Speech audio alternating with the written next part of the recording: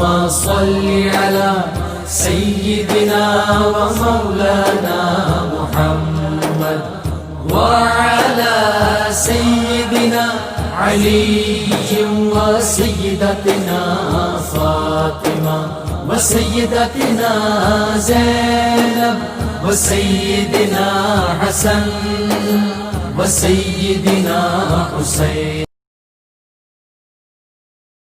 اعوذ باللہ من الشیطان الرجیم. بسم اللہ الرحمن الرحیم. الحمد للہ رب العالمین والصلاة والسلام علی اشرف الانبیاء والمرسلین واہل بیتہ الطیبین الطاہرین المعصومین. اما بعد. سورہ مبارک نحل آیت نمبر 65 سے آیت نمبر 72، 65 سے 72. جیسے کہ میں نے پہلے بھی گزارش کی تھی کہ اس سورے میں پروردگار عالم نے اپنی نعمتوں کا ذکر فرمایا ہے اور بہت زیادہ، نسبتاً دوسرے سوروں کے مقابلے میں زیادہ ذکر ہوا ہے. تو پہلی نعمت جو اس صفحے پر ہمیں نظر آ رہی ہے وہ ہے پانی. واللہ انزل من السماء ماء، اللہ ہی ہے جس نے آسمان سے نازل کیا پانی کو. فاحیا بہ الارض بعد موتها، تو اس سے زمین کو اس کی موت کی حالت کے بعد زندگی بخشی. یعنی زمین اگر پانی نہ ہو تو قابل زراعت نہیں ہے، اور قابل زراعت نہ ہو تو نگاہ قرآن میں وہ مردہ ہے. یہیں سے موت اور حیات کا بھی ایک فلسفہ ہمیں سمجھ میں آتا ہے کہ اگر وہ جو پوٹینشل اس کے اندر ہے وہ ایگزیکیوٹ نہیں ہو پا رہا تو فزیکلی موجود ہونے کے باوجود پروردگار عالم اسے مردہ شمار کرتا ہے.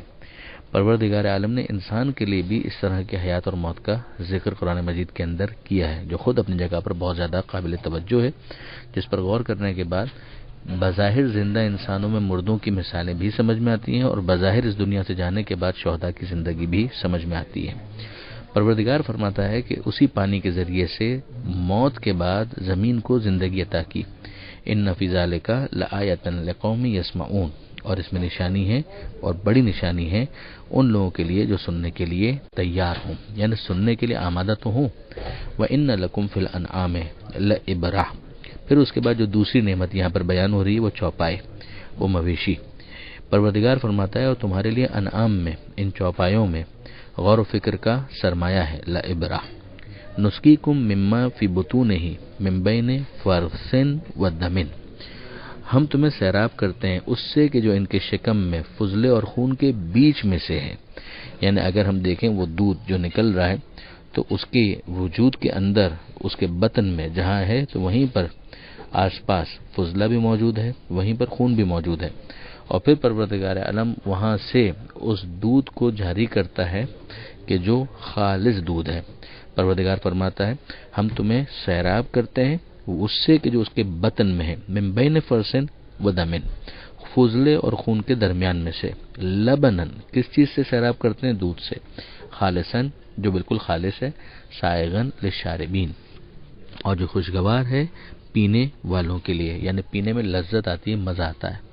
ومن ثمرات النخیل، اور پھر پروردگار عالم نے کھجور کے درختوں کا، کھجور کے پھل کا خاص طور پر ذکر فرمایا. والعناب، اور انگوروں کا، کہ اس سے بھی ہم تمہاری ضرورتوں کو پورا کرتے ہیں. مگر تم کیا کرتے ہو؟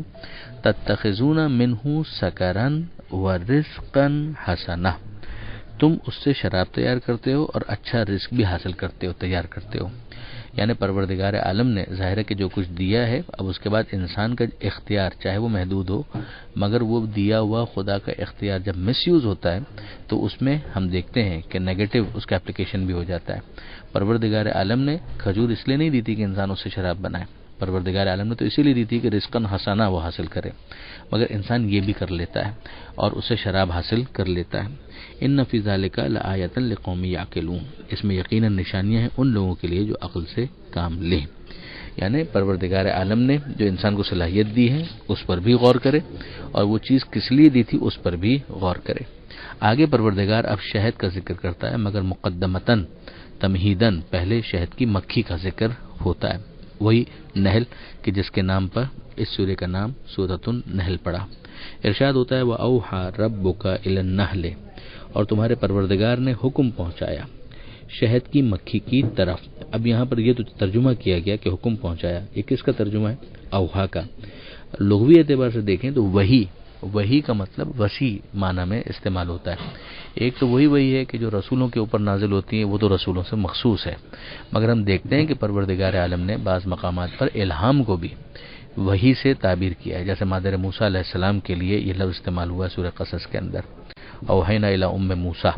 اسی طریقے سے یہاں پر ہم دیکھتے ہیں کہ جو تکوینی انسٹنکٹیو، جو فطری جو ڈائریکشنز ہوتی ہیں ان کو بھی پروردگار نے وحی سے تعبیر کیا ہے کہ تمہارے پروردگار نے وحی کی حکم پہنچایا شہد کی مکھی کی طرف الی النحل ان اتخذی من الجبال بیوتا، کہ تو پہاڑوں میں گھر بنا، ومن الشجر اور درختوں میں، ومما یعرشون اور وہ جسے لوگ اونچا کرتے ہیں اس میں بھی اپنے گھر بنا۔ وہ اونچا کیا کرتے ہیں اس کی ایک تفسیر کی گئی عمارتوں سے، اور انگور کی بیلوں کو بھی اس کے اندر شمار کیا گیا، اور بعید نہیں ہے کہ جو اس کا عموم ہے اس کے اندر یہ دونوں چیزیں شامل ہوں اور اس کے علاوہ بھی چیزیں شامل ہوں۔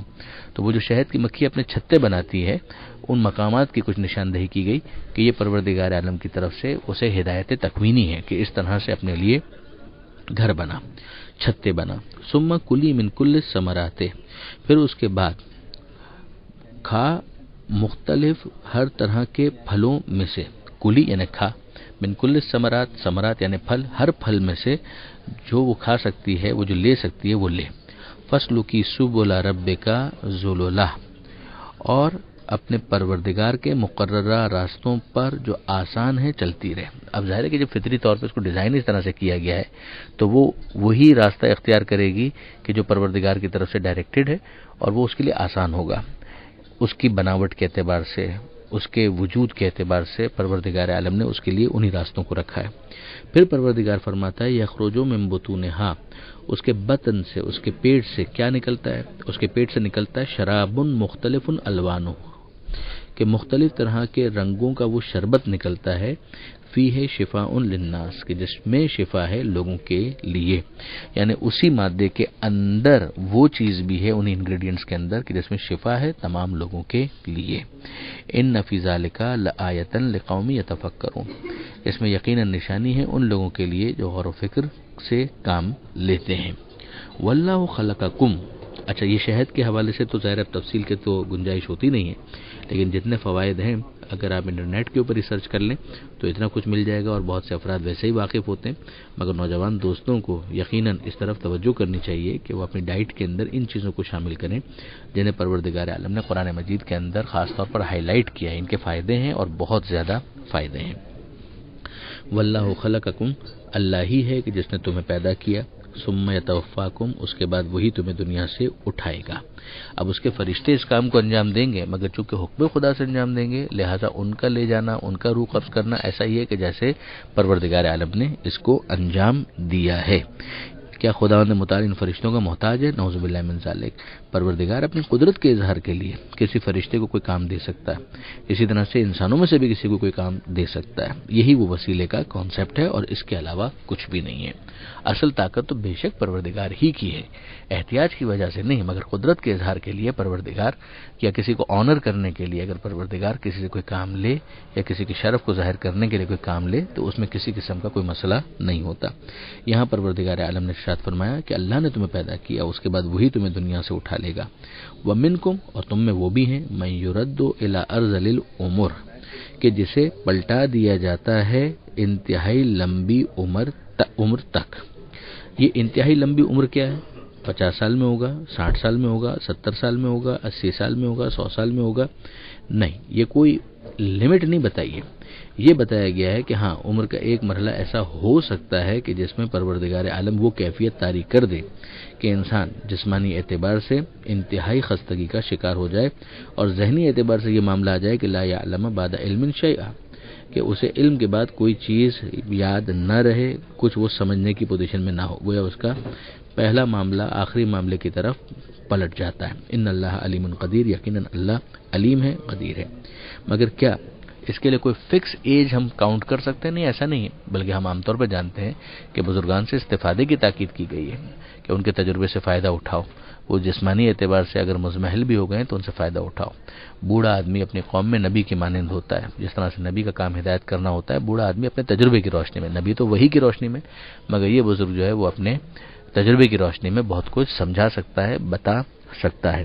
لیکن یہاں پر کوئی فکس عمر نہیں بیان کی گئی۔ ممکن ہے کہ بعض کیسز میں آپ کو 70-80 سال میں یہ کیفیت نظر آ جائے اور بعض کیسز کے اندر 100 سال کے بعد بھی یہ کیفیت طاری نہ ہو.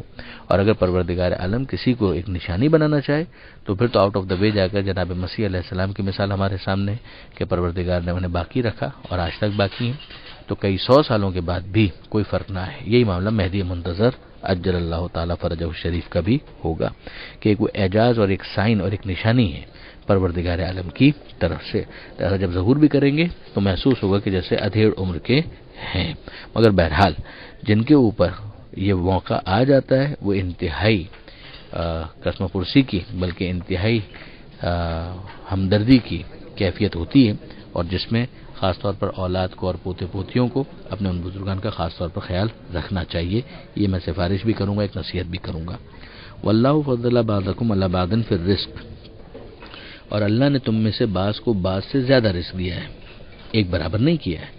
اور یہی امتحان ہے کہ پھر تم کیا کرتے ہو. اور وہ امتحان کیا ہے وہ آگے بیان کیا جا رہا ہے کہ فَمَا الَّذِينَ فُضِّلُوا بِرَادِّ رِزْقِهِمْ عَلَىٰ مَا مَلَكَتْ أَيْمَانُهُمْ، تو وہ جنہیں زیادہ ملا ہے اپنے رزق کو پلٹا کیوں نہیں دیتے ان پر کہ جو ان کے دستنگر ہیں.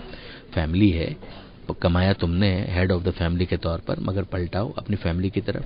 اسی طرح سے کمایا تم نے ہے مگر جو تمہارے نوکر چاکر ہیں، غلام ہیں، کنیزیں ہیں، ان کی طرف ان کو پلٹاؤ.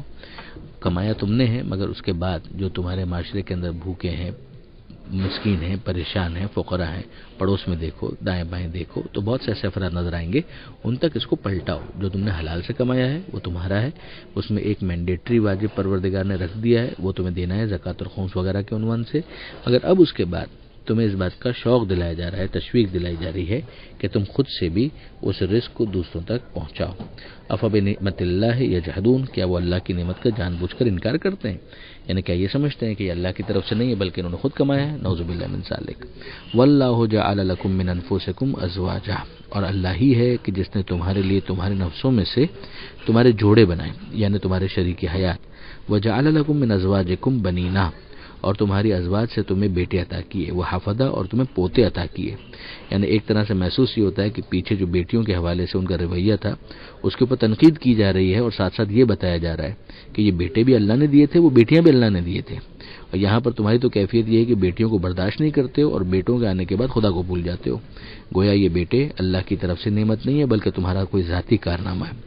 وہ حفدہ، اور پوتے بھی اسی نے دیے. وہ رزقکم من الطیبات، اور تمہیں پاکیزہ رزق عطا کیا. افبالباطل یؤمنون، کیا اس کے بعد بھی یہ لوگ باطل پر ایمان رکھتے ہیں؟ وبنعمت اللہ ہم یکفرون، اور اللہ کی نعمتوں کا انکار کرتے ہیں. یعنی ہونا یہ چاہیے تھا اتنی نعمتیں ملیں تو پیچھے منعم کو دیکھتے، اس نعمت دینے والے کے آگے سجدہ شکر کرتے اور طاغوت کا انکار کرتے، بتوں کا انکار کرتے. ہو الٹا گیا کہ باطل پر ایمان لے آئے اور اللہ کی نعمتوں کا انکار کرنے لگے. آیت نمبر 72 پر یہ صفحہ مکمل ہوا. پروردگار عالم سے دعا ہے قرآن پڑھنے، سمجھنے اور عمل کی توفیق عطا فرما، اور وارث قرآن امام زمانہ کے ظہور میں تعجیل فرما. وآخر دعوانا ان الحمد للہ رب العالمین، والسلام علیکم ورحمۃ اللہ.